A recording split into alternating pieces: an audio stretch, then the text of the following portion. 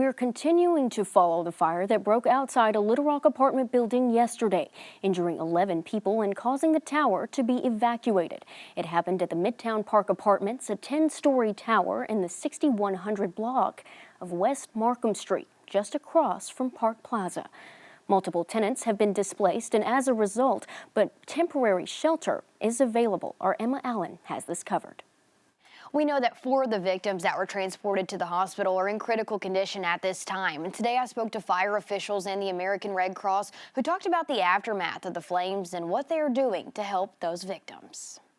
A fire at the Midtown Park Apartments in Little Rock on New Year's Eve, leaving many heading into the new year without their home. So yesterday at 4:41 p.m.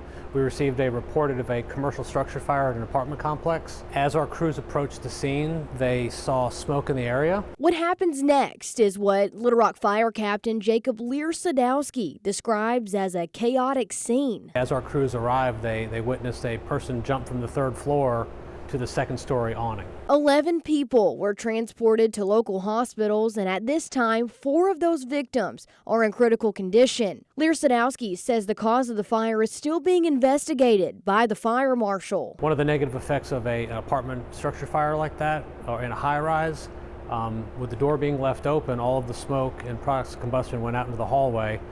Smoke rises, so it went to the highest point, to the top floor, and then it kind of started banking down floor by floor. That blaze leaving many tenants and their pets displaced after the complex was evacuated.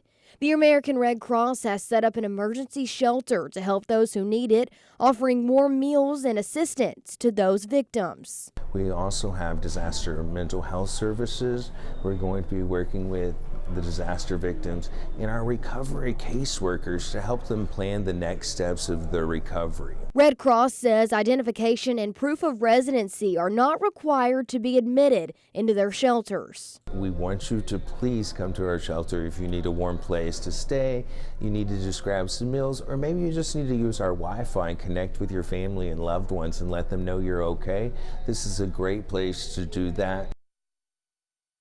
Now, if you were a tenant at the Midtown Park Apartments and need a place to go, the American Red Cross encourages you to go ahead and register with them at 1-800-RED-CROSS. And as we learn more about the fire and how it started, we'll be sure to update this story. On your side, I'm Emma Allen.